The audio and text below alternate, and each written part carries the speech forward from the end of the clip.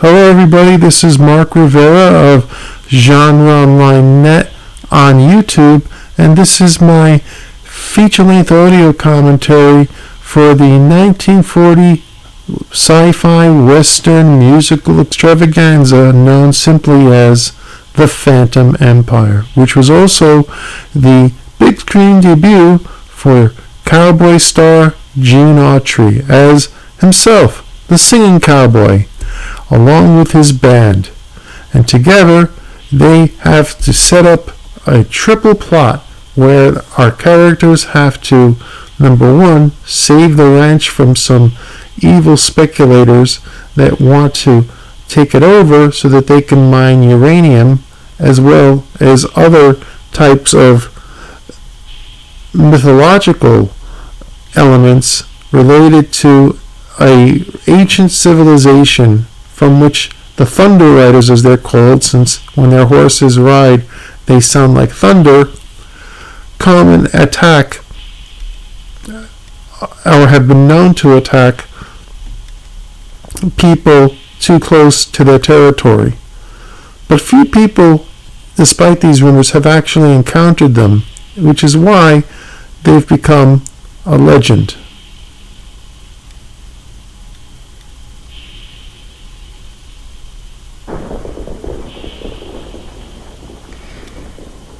You know what you're after. Throw it out and be quick about it.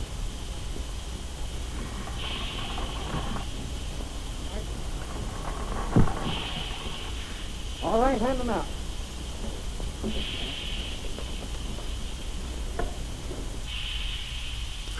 I like this opening here because you are meant to think that it's a stagecoach being robbed, and it's really Gene Autry and his band who sing the opening song here, Uncle Noah and his Ark. Yes, folks, it's Gene Autry making another raid on your time with his Radio Riders, broadcasting from Radio Ranch.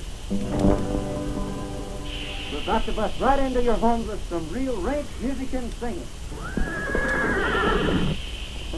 Nevertheless, we're going to give you some real ranch music and singing.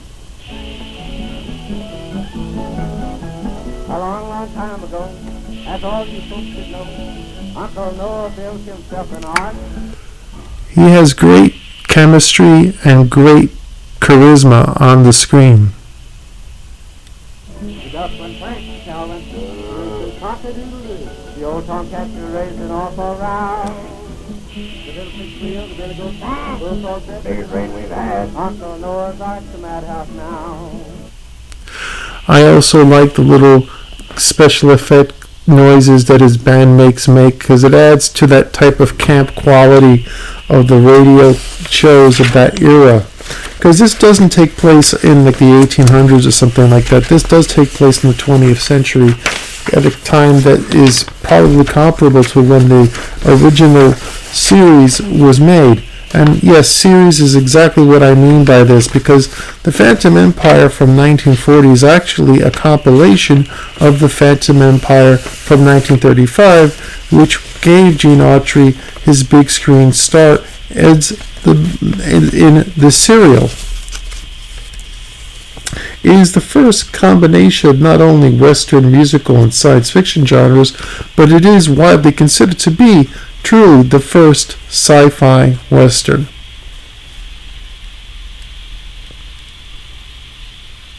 We're now turning the microphone over to Frankie and Betsy Baxter, President and Vice President of the National Thunder Riders Club. You're on the air, kids. It's all yours. First, I want to ask all of you to... Pardon the static, folks. First, I want to ask all of you to join our National Thunder Riders Club, so you can come out here to our vacation camp and see a radio broadcast put on like it should be. Riding, roping, real horses, real guns, real cowboys, all you boys. And the girls, too. This is Frankie Dyer and Betsy King Ross as brother and sister. As to how we came to select the name Thunder Riders for our club. One day, Frankie and I were having a horse race on the desert. We were riding like the wind, just having a lot of fun, when all of a sudden, we heard something that sounded like a roar of thunder. Thunder! It's going to rain! Rain nothing. Why, there isn't a cloud in the sky. That's from Thunder Valley. I heard it once before. The Thunder Riders!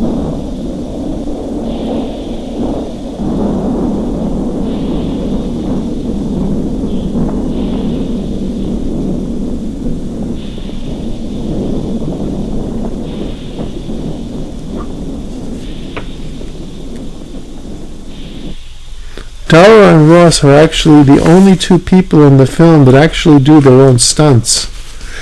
They were basically known for doing the real stunts and were experienced radio performers billed as the world champion trick riders. This film was shot on location at various ranches in California and other sites, including Acora Ranch, Bronson Canyon, Griffith Observatory, Iverson Ranch, and Keystone Studios. The Phantom Empire was filmed in late 1934. Its budget at the time was operating for a mere $75,000, which is equal to $1,640,672 today.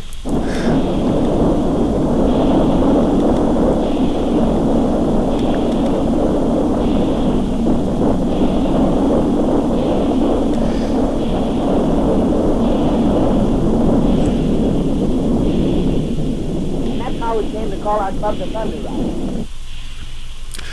And I like the way this film, in many simple ways, albeit it has some limits because of the nature of the program, etc., and film language has evolved since then, it still gets across the basic ideas that the Thunder Riders, the real Thunder Riders, are a legendary force of people that seem to come from their own territory and are rumored to come from an advanced civilization deep underground.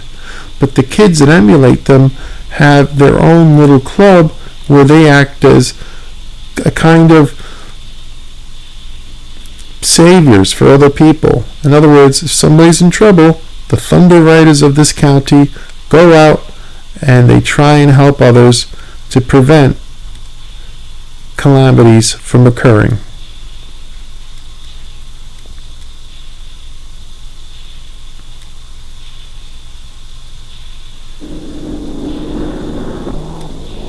You said that ranch is deserted. It's deserted, all right. What about the fortune and radium you promised us? You'll get your radium. Gentlemen, I am firmly convinced that this is the site of the buried city of Muse. And with proper excavation, we'll find more than radium. We'll find secrets that have been lost to the world for thousands of years.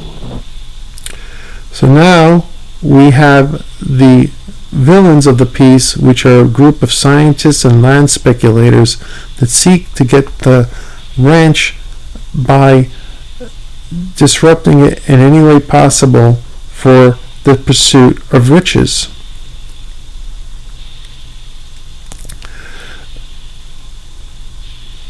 At a more innocent time like this, I'm surprised that the idea of uranium would even be discussed, but when you look at other films, such as the fact that, say, Trapped by Television presents a kind of television that didn't even exist yet to the public, this film in itself also contains references to television as an example, although televisions, when this was made, would not be anywhere near what would come out in the late 40s and early 50s as the technology was adopted to the homes.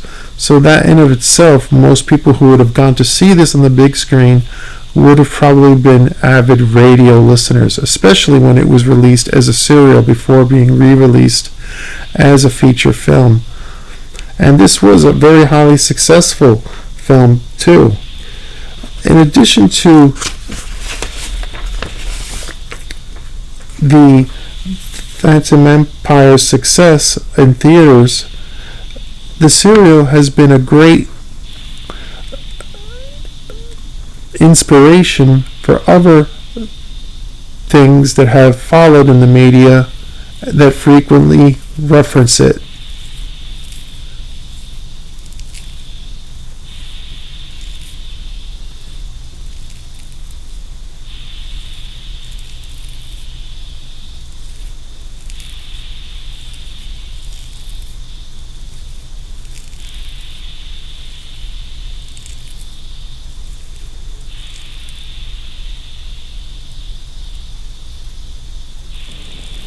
This is scientifically important to me. Look here, kid. This shows you exactly how to make a direction finder. And I just made one. What's a direction finder? Well, when you hear something on the radio, this will tell you exactly what direction it's coming from. Look, I'll show you. That is, I'll show you if I made this thing right. And now we get the suspicions of just how close this lost empire, if you will, exists by measuring the signals coming from it. Funny signals again. Frankie, look! The direction finder is standing on its head. And now these two brother and sister characters will let Gene Autry know exactly what's going on, and will soon discover that not only are the scientists aware of this legend as well as these kids that have built upon it, but yes, Gene Autry, who's playing himself in the movie, by the way, or you could say a version of Gene Autry, is aware of this too. And he always has things at hand to combat any problems. You know those funny signals I've been getting for the last 2 weeks? Yeah. Well, I got them again tonight. And my direction finder says they're coming from straight down. Hey, do you suppose there's anything to any of those books that Frankie's been reading? About a world underground with people and cities and everything? Well, of course there's something to them. Let's go see those scientists that came today. Maybe they can tell us something about it. Maybe they can.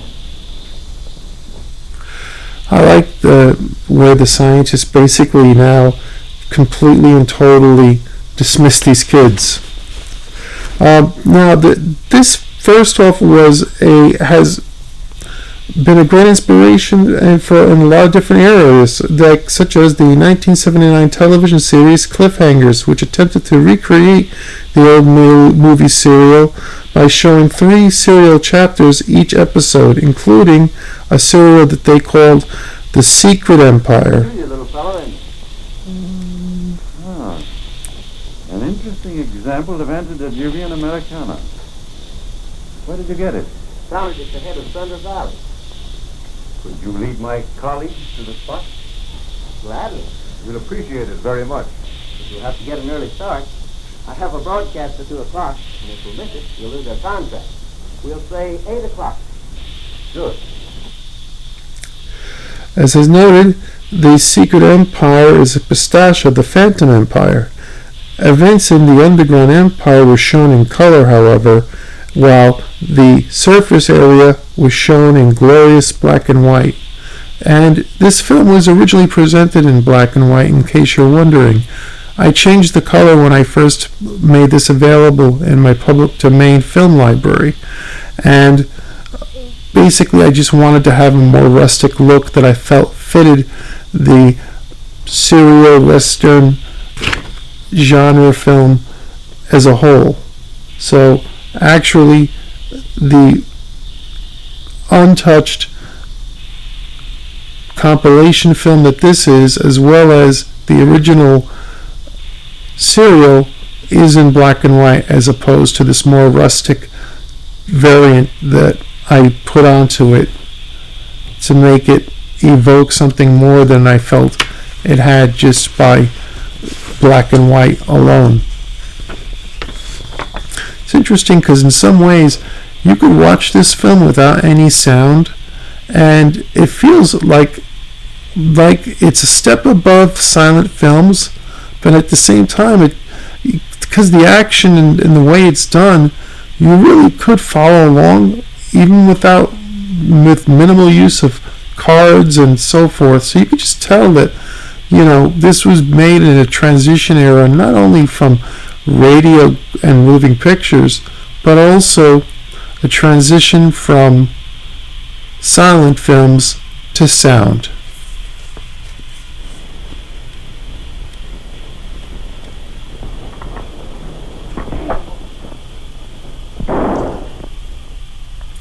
Now, in addition to being an inspiration for the 1979 series Cliffhangers, it's also a inspiration for Alejandro Perez Cervantes' short story collection Murania, which was inspired by the aesthetic of Murania and the lost continent of Mu as depicted in this film. It received the 2006 Julio Torre National Award for Short Fiction in Mexico. There has also been numerous web series that have called upon this Western sci-fi musical and used it for various pieces because it is an inventive idea when you take away all the camp elements that are imported to the story, and it was even a favorite of comic book writer and creator Tom Batiuk. In addition, I'm not sure if H.P. Lovecraft was originally a fan of this serial or whether or not the serial was inspired by him, but The Mound by H.P. Lovecraft, from a short story description by Zela Bishop, presented underground fiction also set in the Southwest USA and is part of the Cthulhu mythos.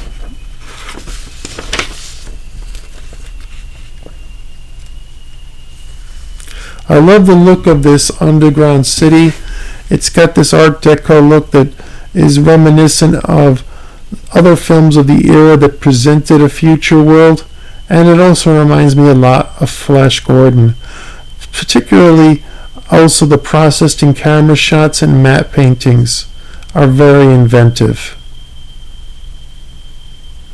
The look of the film really does offer an interesting dichotomy between the Western and camp science fiction genres of the time period.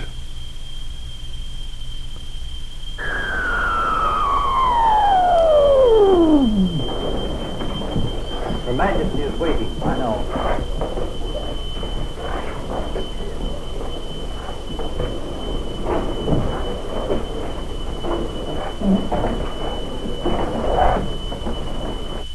I get a kick out of the robots with little cowboy hats on them. I mean, it's something that you just accept because of the nature of the story, and yet it is kind of silly to begin with.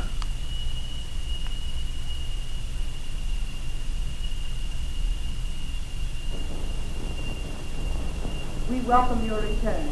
Your Imperial Majesty, I have to report. Silence! You are not here to report. I've seen everything.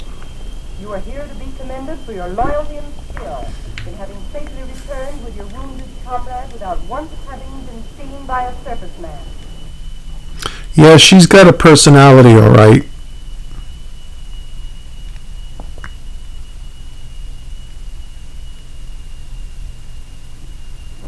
Here's the proof. And there's the bullet hole. You perforated his oxygen tank. Evidently, they can't function on the air we breathe. That's a neat idea that I like, that these people have been underground for so long, hundreds of thousands of years, that they can't breathe our atmosphere above, but we can breathe theirs.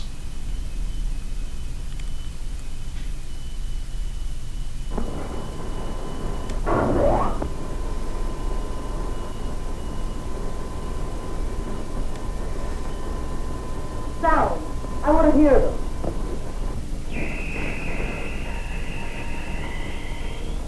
Our next move is to get rid of Audrey's partner, Tom Baxter. With those two out of the way, Radio Ranch will soon be deserted and we'll have our discovery to ourselves. And our fortune in radium.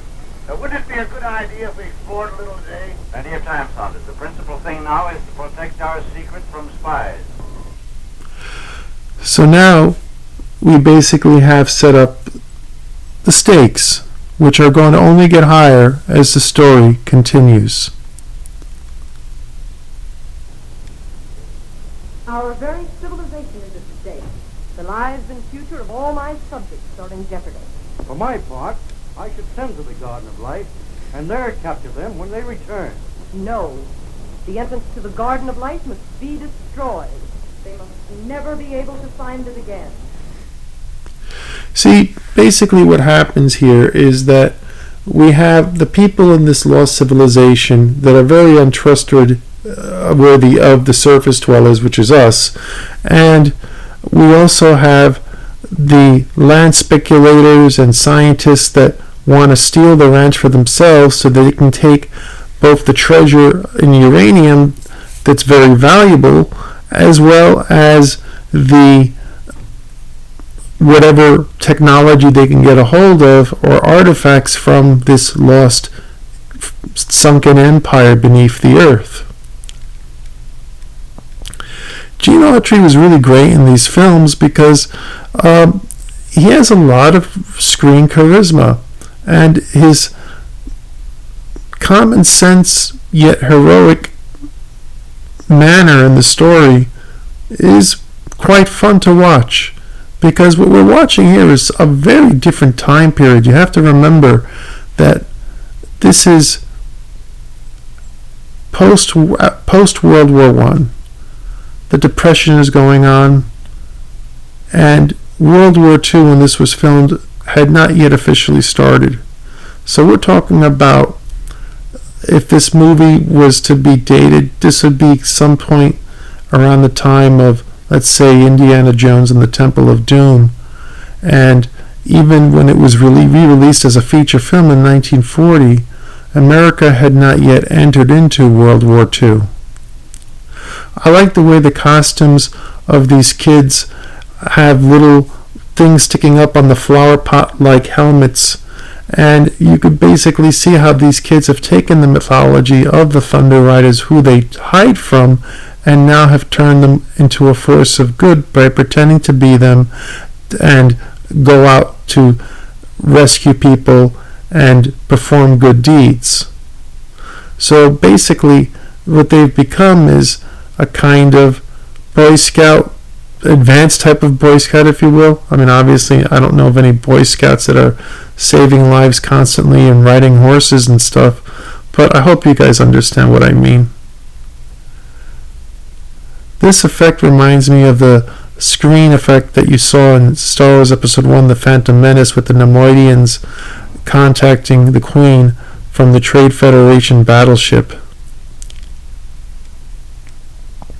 I often wonder why he just would make a fire being there out in the open in the day. But, you know, this movie really lets you kind of just buy into it. Don't question it. You know, it's just one of those things where if you want to enjoy it, just don't question too much of the silliness in it. Just take it and follow it for what it is.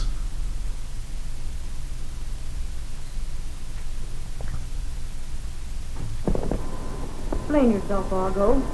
If we can capture Gene Autry, Radio Ranch would soon become deserted, and the entrance of our underground kingdom would forever remain undiscovered. And here we go again. So not only do one group of people want the people out of the ranch, but the underground people of Mu also want the people gone. And how do you do that? By capturing Gene Autry. This was actually Gene Autry's first big screen role in the serial, and as well, of course, in the 1940 feature film compilation that inspired it, that we're taking a look at today. Sometimes when you watch this film, you could notice a lot of use of the same shots over and over again.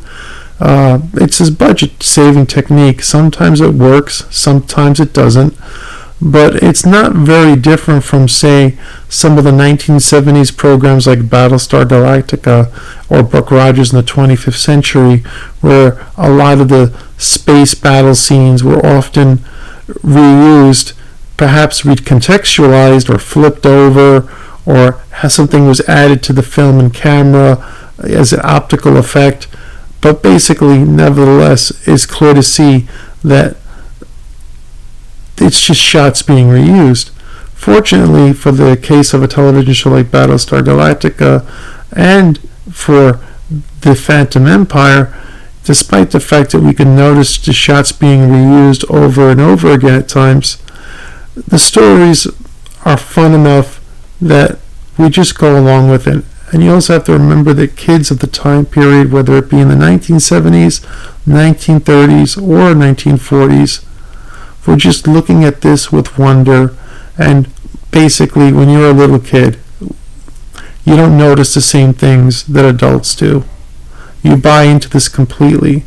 And that's kind of the quality that I miss sometimes in modern day feature films, which is they've become too dark. Now, on one side you could say, well, that's not the case. I mean, you have things like the Marvel films, but the Marvel films are one specific thing, and so are the DC films. And comparatively speaking, they don't have this type of wholesome aspect to them that existed that you feel when you watch even the Star Wars films from the classic trilogy, and even you can feel it, albeit differently, in the Indiana Jones original trilogy, because they all capture this kind of serial era and they bring it into what was then modern times. And yet, when you look at these works, they are very much, especially Star Wars. I mean, Star Wars, it only gets about as sexual when The Empire Strikes Back, where Leia kisses Han, or I should say Han kisses Leia, and then her in the slave girl outfit. But all of that is tame compared to the way things are portrayed today in modern sci-fi, space opera, and fantasy, whether it be on the big screen or the small. I wish I could let you hear all of these songs that are featured in this film, because a lot of them are quite catchy. I particularly like Uncle Noah's Ark, and mainly because of the voice acting, and the comedy that's in between it. It's very cute. And this song here, where he's talking about his friends, is also quite humorous. But at least you could see, I like this camera angle of him, because, it has it just establishes his kind of wholesome image and this heroic quality that the character develops as he goes along. He has nothing but the best intentions. And wouldn't you love to have that in real life? Just heroes that have nothing more in their mind than to do good, as opposed to get embroiled in things that aren't really an escape from our world? Sometimes we just can't afford a vacation. And, watching serials like this, for me personally, is like a vacation, because you get to see something of a different era and of an innocent time, and you also remember that our roots as genre film fans comes from the fact that without these miniseries and serials and feature films of old, you wouldn't have what would follow that we also like, including later John Wayne westerns, and in particular Clint Eastwood westerns, albeit Clint Eastwood westerns have a very different vibe, obviously. But all things considered, this really is a neat little aspect to how times have changed. And remember that the western at this time period, as it would be through the 1960s, is the American mythology.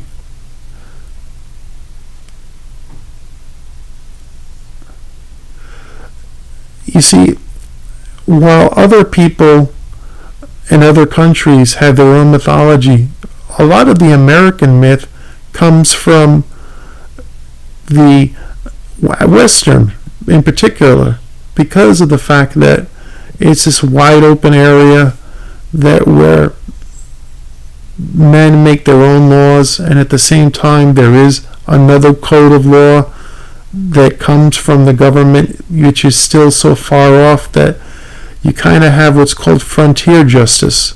And while this takes place long after that period of time, it still captures that era. Now, this is interesting here because now we have another important plot point, which is the father of the girl and boy who is playing brother and sister right here has been shot by a person who is pretending in costume to be Gene Autry. And the reason why this is done is because Gene Autry in character form in the story is under contract. He has to perform a radio show every day by a certain time. If he misses it, they could lose the ranch.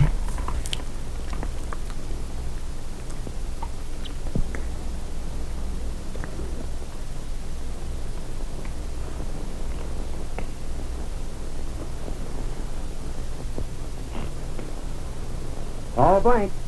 I don't see how any of us could have done it.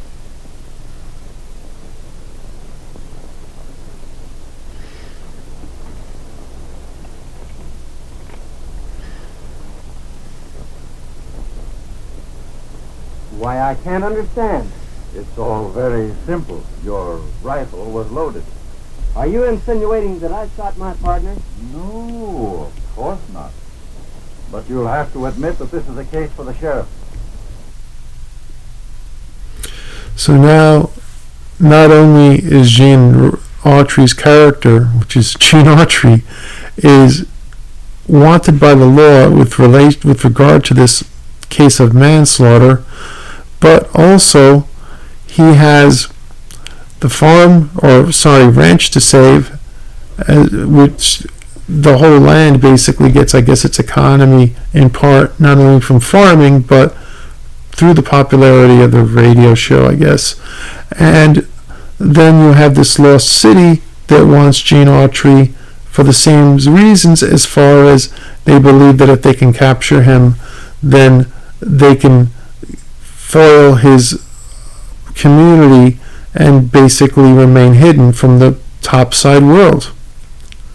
So you have different characters basically working towards similar goals, and yet it's quite interesting to see how they all interconnect in the end.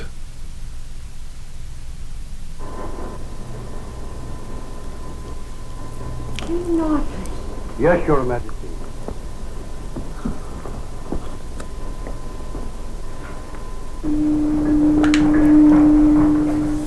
At your service, Your Majesty. Lieutenant, Gene Autry is now at a shack in Thunder Canyon. Lead your riders there and capture him. Remember, if you fail, you peril Urania, and your life becomes forfeit. Do you understand? Yes, Your Majesty. Just a minute, Lieutenant, and you'll see the exact location of the shack. Transfer the view of the shack to the Thunder Guard screen. Very good, Your Majesty. Under guards, alert!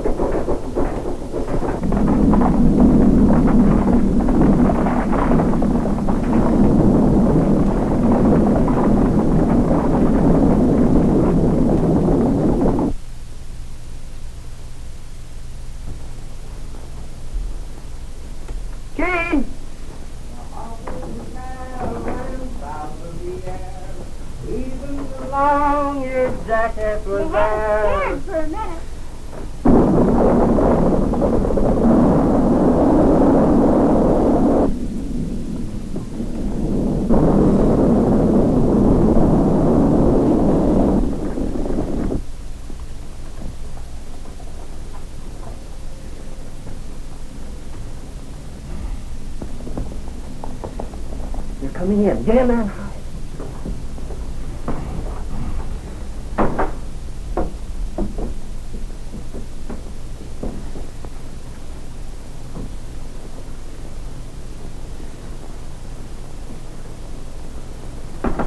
More surface men approach. We cannot allow anyone to interfere with our mission. After them.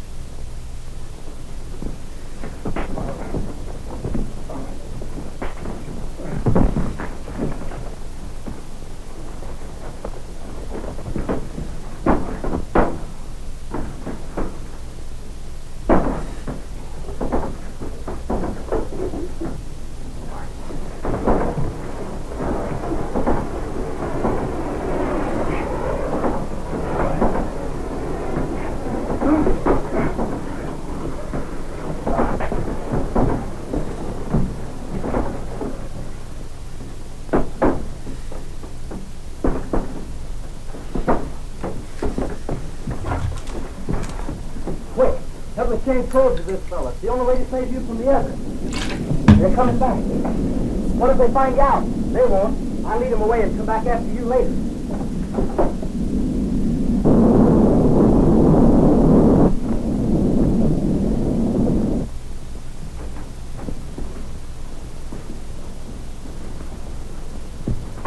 Don't let him get away.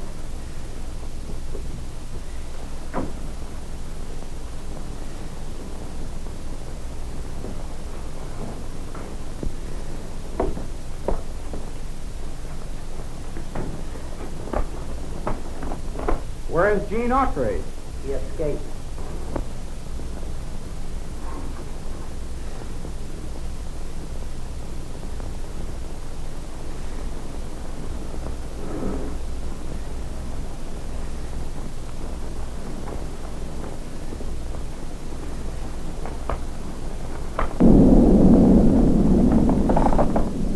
What if Gene couldn't get away?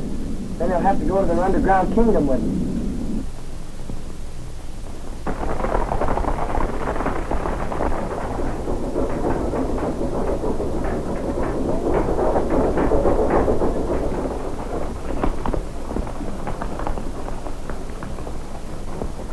I do not blame you, Lieutenant Paul, for trying to escape the fate that awaits you. Advance!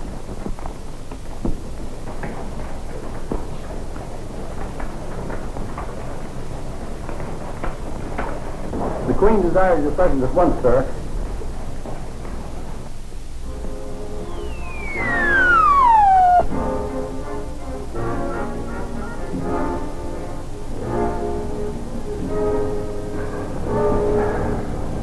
Won't you take off your helmet and get a breath of real air? I understand. A man in disgrace does not care to show his face.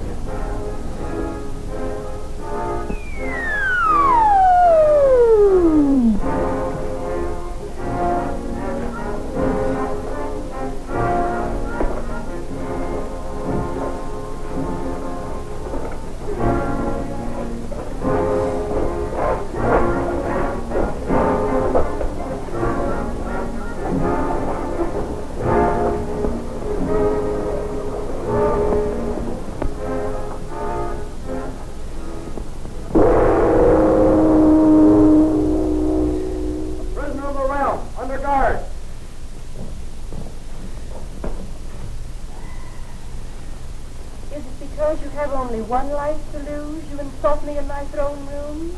You dare to wear your oxygen helmet in my presence? Yes, but I... Off with his helmet! Your Majesty, Lieutenant Paul is not himself. I beg to...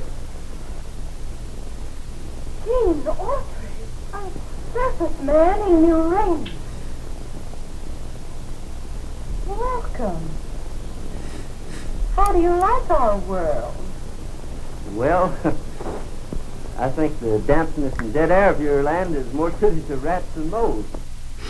I think that line right there is my favorite. It just shows that just type of gumption that the character version of Gene Autry has. So now basically we have them captured, and we have basically things have come to a head. Once again, this production design is quite interesting. I love the fact that it's all opened up and you have various things in the background keeping it going, making it interesting. And now we get introduced to yet another plot point in our serial western. The Death Chamber. You are the first surface man to invade our empire, and your knowledge of uranium must die with you. So, as we see now, Gene Autry is wanted dead by the people underground and by select people on the surface. And yet, there's still another shoe to drop, because it's not just these various people with agendas that kind of intersect but are just from different points of view that are trying to basically get the same result. Take the land, get rid of the people, protect the secret, or at least these people want to protect their secret, and yet at the same time there are others that want to find out where this place is and exploit it. These costumes are kind of interesting in of itself, and it's just a fun thing to watch.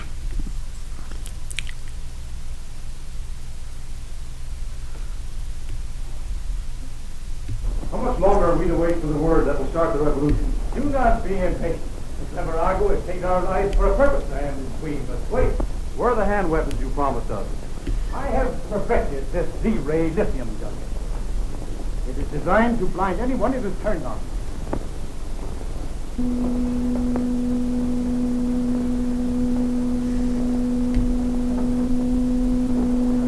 Who's that? And now we have another plot point that's about to be introduced, which is not everybody that lives underground is happy with the way the government is being shown to operate underground.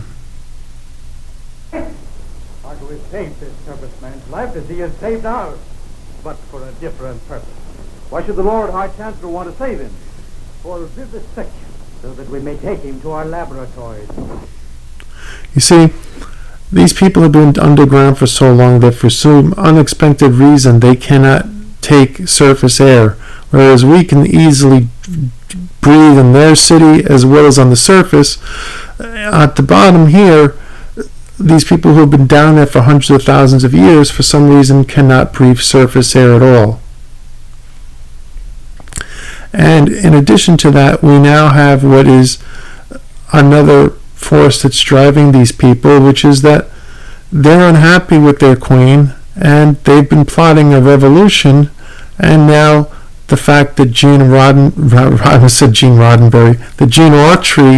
is out there on the loose, if you will, this could be an opportunity for them to strike, or certainly a motivation to perhaps rush haphazardly. Well, gentlemen, what's this? Gene Autry has escaped. If the Queen learns I saved him from the death chamber, all of us will burn for your carelessness. Autry has escaped. You must find him at once and bring him to our rebel headquarters. So, here we go. We have the law, the speculators and scientists, the queen that wants him dead, and the rebels underground that want him for their own purposes, as we already know.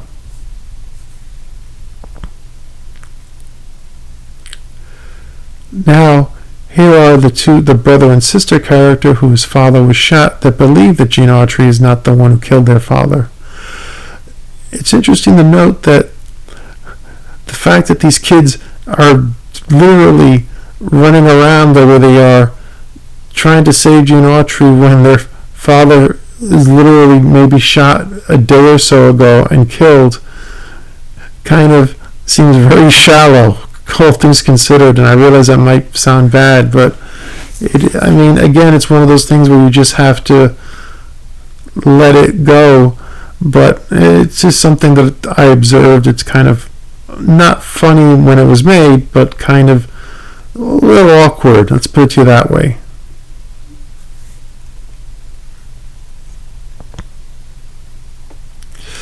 All things considered, as I believe I've already noted, besides the silent film quality, I like the way the story just basically moves along and basically has the characters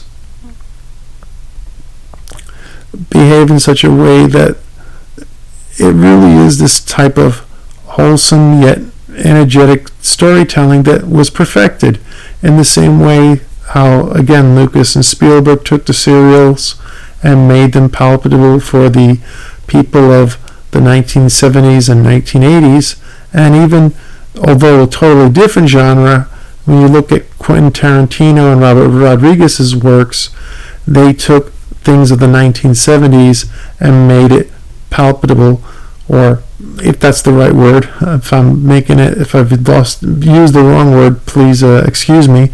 But quite honestly, they made it be relevant for the people of the 1990s and since. And that's quite interesting that perhaps, ironically enough, in borrowing from the past, they've not only created something new, but they have all managed to create something that is almost timeless because of the nature of the source materials.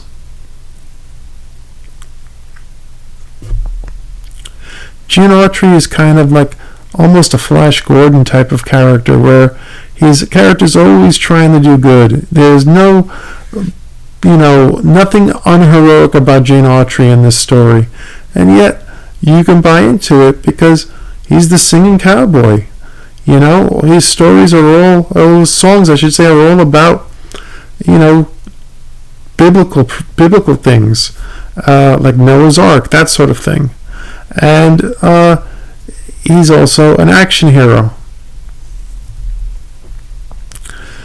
I get a kick out of the way that garage door opens. It's the gateway to the underground city. I also get a kick out of the robots, which,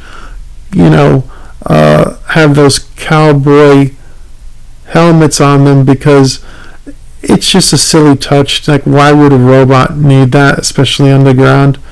They wouldn't, but it's there just because of the nature of the show. Well, why not, And that's what makes it kind of funny.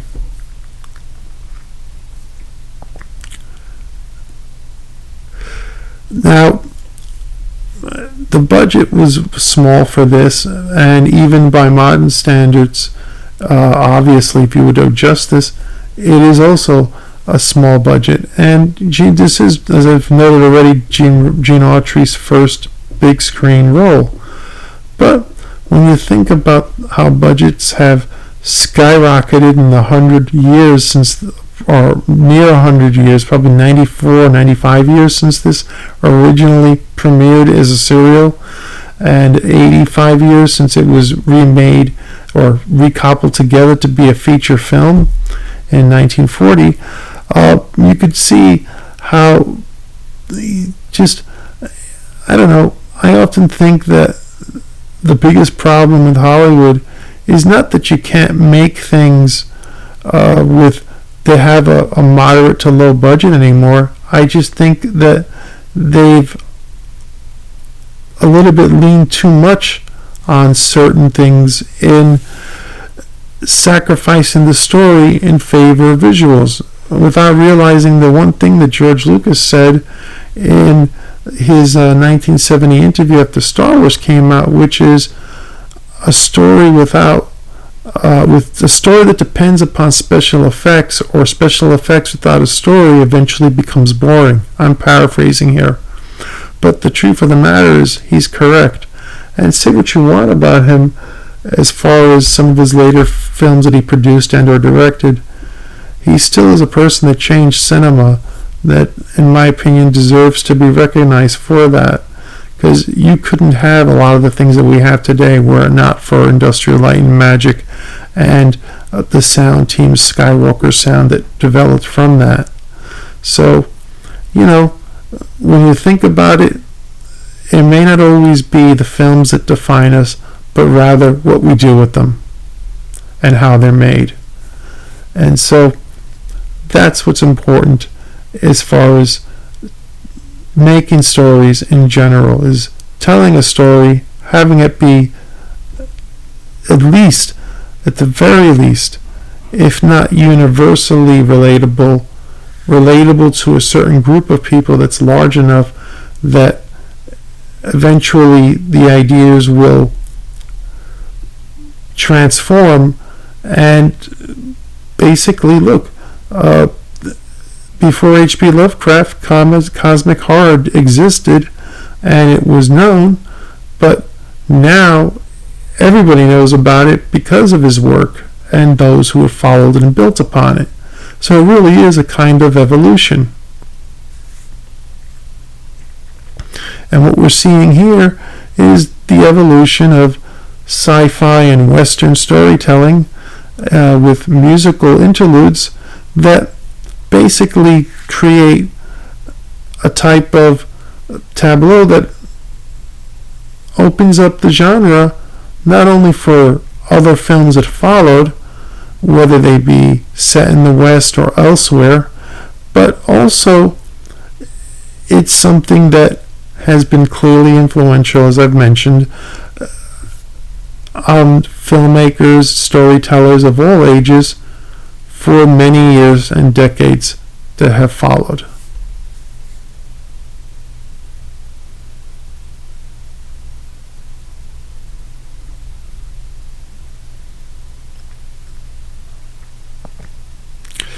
For some reason, whenever I've been watching this, at the time when I'm recording this, Dune Part 2 is supposed to come out, and whenever I see the plane, I kind of think of, because of the setting and the sepia tone that I put the film in, I kind of think about, it reminds me of the ornithopter, not because the plane looks like one, but if you look at paintings that have been done before there was ever a feature film version or television miniseries based on Dune, the ornithopter is supposed to actually, have it relate to birds. In other words, flapping the wings like a bird.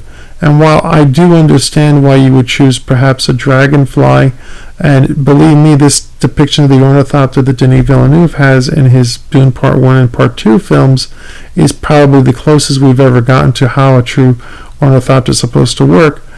In some ways, I still wish that you could get something like a bird, literally, as some of these paintings that you could find if you go online that came out in the 1960s and 70s, long before, and not involved with any feature films and television projects that were originally thought about and developed based off of Dune. Of course, our hero finds a way to save the ranch by singing into his mic from the airplane as they rush back home.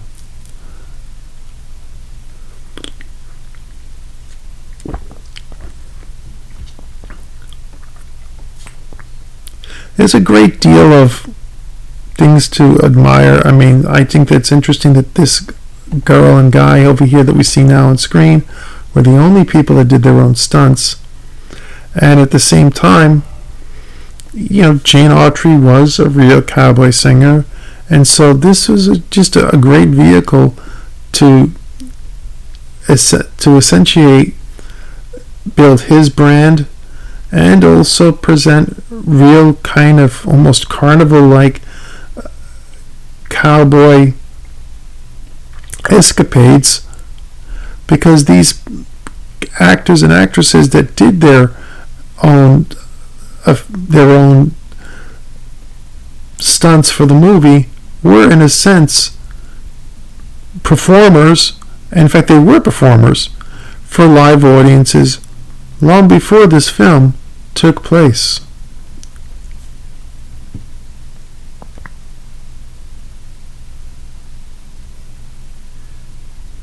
I was just thinking to myself, is it high enough for a parachute? It almost looked like he was going to, because I didn't even notice the parachute on his back, and I'm just thinking to myself, did he just jump out? You know what I mean? It makes you wonder sometimes.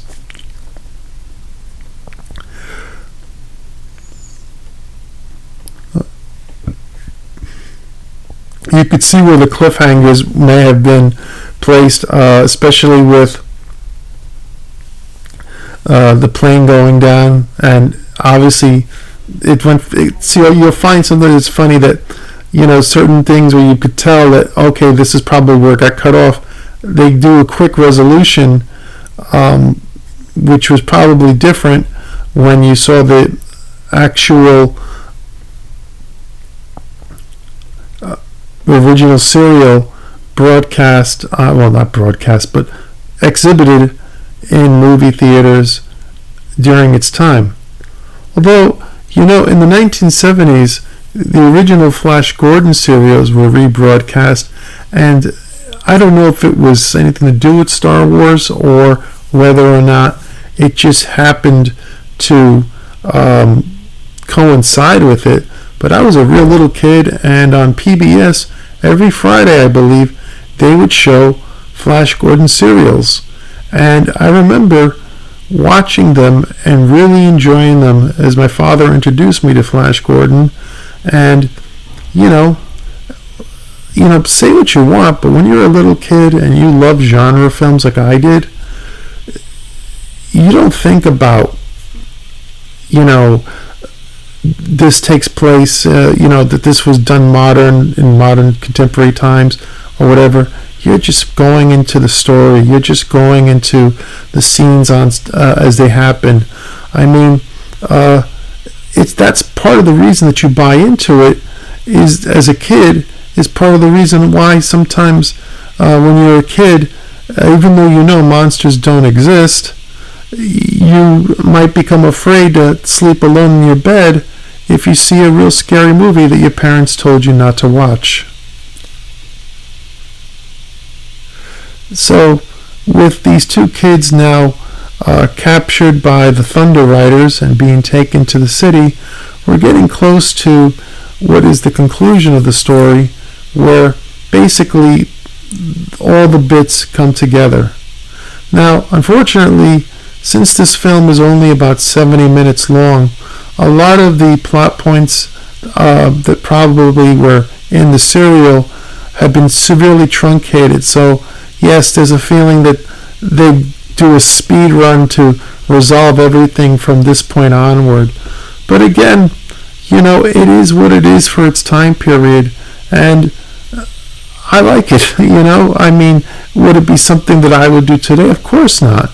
But I can appreciate the aspects in here, such as the comedy, the characters, the various plot points, and even the adherence to certain things that would be considered science fiction, like television at the time was still largely something that was speculated. It was not something that was available to the public. Like I said, it'd be like talking about high definition television in the 1970s or 1980s. Sure, they were working on it, but it was still very early compared to what we would eventually get in the late 1990s. And even then, it wouldn't really become universally accepted until the 2000s.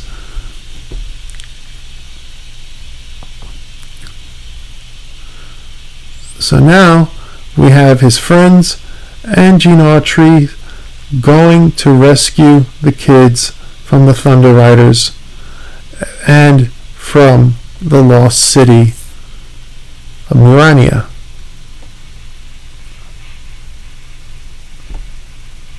With the kids that pretend to be them in tow, we now have a force for good trying to rescue some lost souls.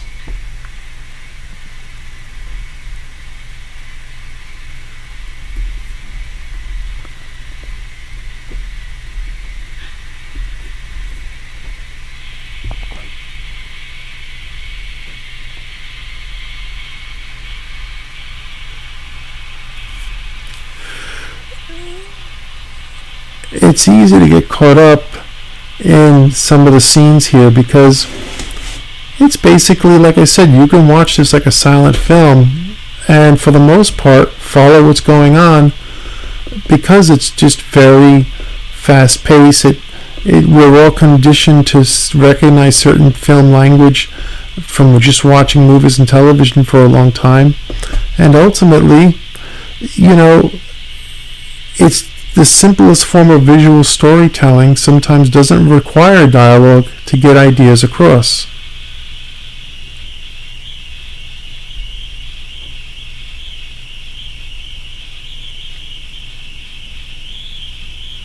So, isn't this lucky?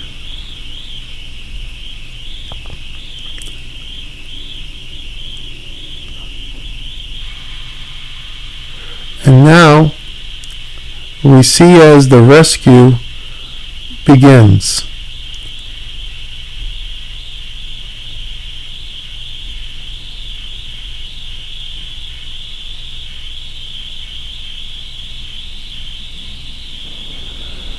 Whoever helped you escape is a traitor to Murania.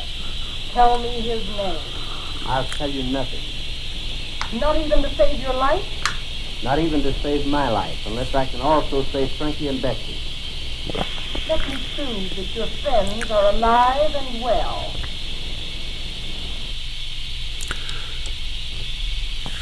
And now we've seen the heroic side, and now we're going to actually get another character change of sorts with the Queen, who basically she can be a piece of work. Let's put it that way.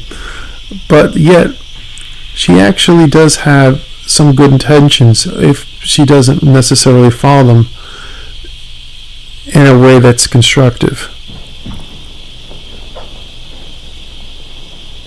What becomes the Queen, I allow him to escape. I'll be arrested. Trouble may start sooner than we expect. You mean the revolution? Precisely. And so now they're trying to start the revolution, which is basically doomed. I mean, hey, spoiler warning, but this is basically how they get out of the jam, is that everybody begins rushing to try and solve what's going on, and ultimately, when you rush something, sometimes is how mistakes are made, as you learn from doing. So, as we get to the rescue of the kids, we also get to some of the more interesting visual effects in the film as well.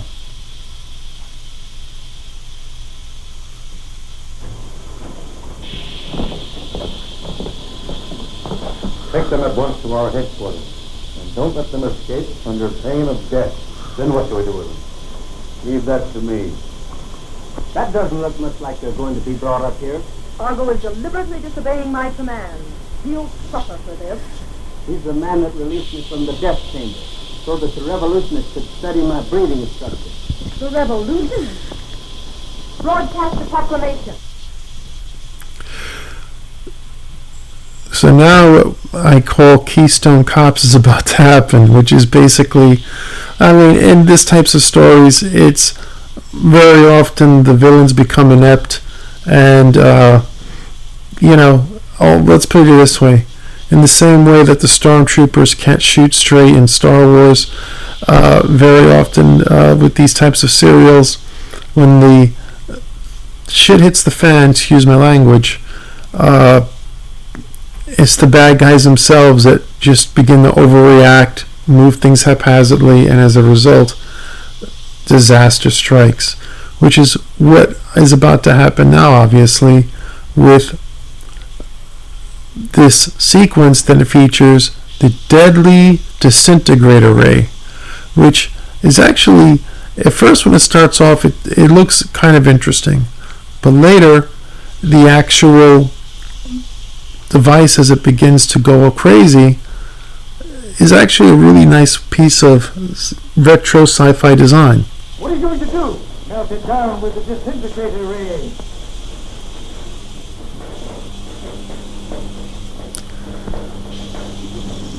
Turn it on full power. I don't dare risk it. I will lose control.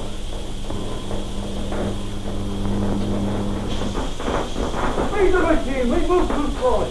Unless we get off we touch the Queen, we shall have lost the revolution. What's the disintegrator? No! You let me take! You'll get out of control here! No!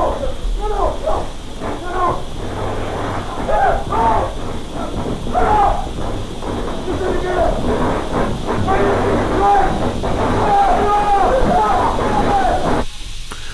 Now we see the end of their civilization, and I really like the way they designed this prop, because it looks kind of like it kind of reminds me in some ways, although obviously it's not the inspiration for it, but kind of reminds me of these type of giant gun-like objects that you see in later science fiction films of the era. Let's put it that way. I find it funny that they're able to get up the steps hundreds and hundreds and thousands of feet so quickly, But, you just have to get into it. I mean, think about it. How the hell would these guys get up the stairs so fast if they're going at least 20,000 feet to the surface? We see here, though, that the queen is not all bad. I mean, she's just trying to protect her people. And in the face of certain death, as everything is melting around her, she allows our heroes to escape, as well as the horses, literally, so that they can all find sanctuary in the surface while the lost city is lost to all forever.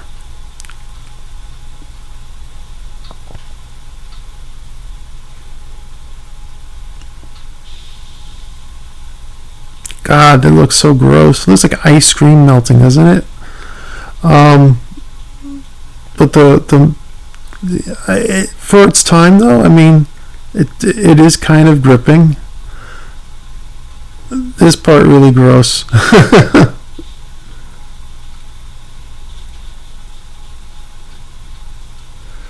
And now, with everything that's occurred, the final leg of the story is in exposing what the plan was from the surface scientists and land speculators, and to clear Gene Autry's name so that Radio Ranch can be saved and the community can grow.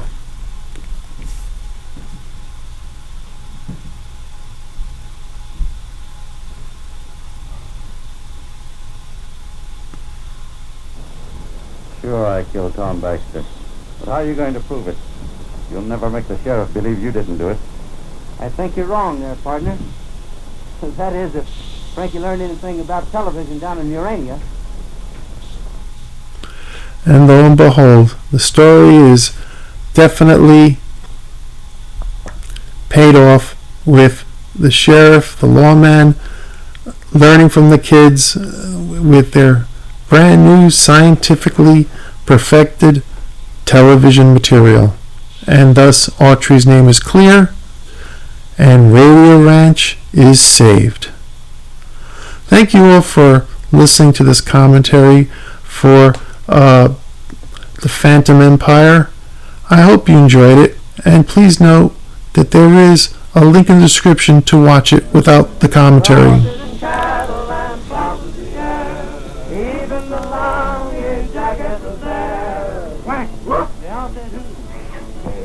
All were there in Uncle Noah's ark.